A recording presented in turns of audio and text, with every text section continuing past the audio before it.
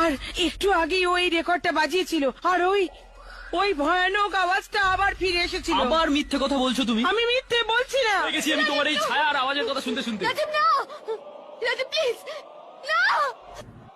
নাও শোনো। जाजपुर से जाजपुर से जाजपुर